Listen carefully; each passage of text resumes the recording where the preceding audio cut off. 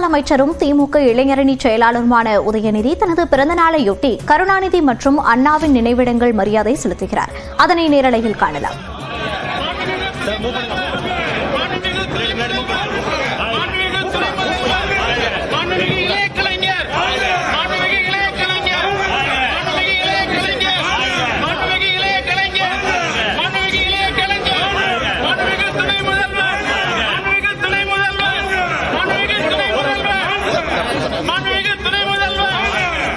இது குறித்த கூடுதல் விவரங்களை நமது செய்தியாளர் கோகுல் வழங்க கேட்கலாம்.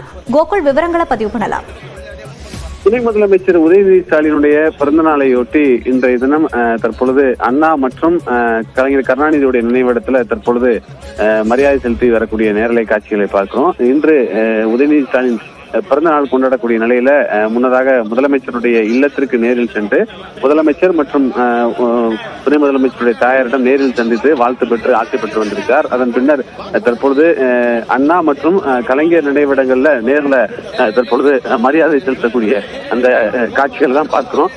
தொடர்ந்து துணை முதலமைச்சர் அடுத்ததாக மற்ற இடங்களுக்கும், அதாவது பெரியார் நினைவிடம், அதே போல கோபாலபுரம் இல்லத்திற்கு சென்று அங்கு மரியாதை செலுத்திருக்கிறார். அதைத் தொடர்ந்து பேராசிரியர் அன்பழகனுடைய வீட்டிற்கு செல்ல இருக்கிறார். குறிஞ்சி இல்லத்துல தொண்டர்களிடமும் துணை முதலமைச்சர் வாழ்த்து பெற இருக்கிறார்.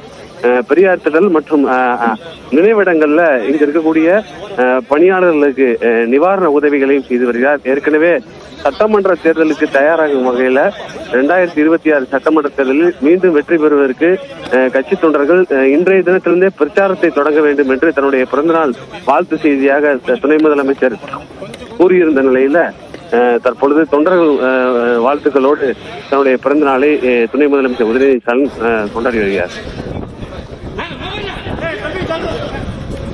விவரங்களுக்கு நன்றி கோகுல்.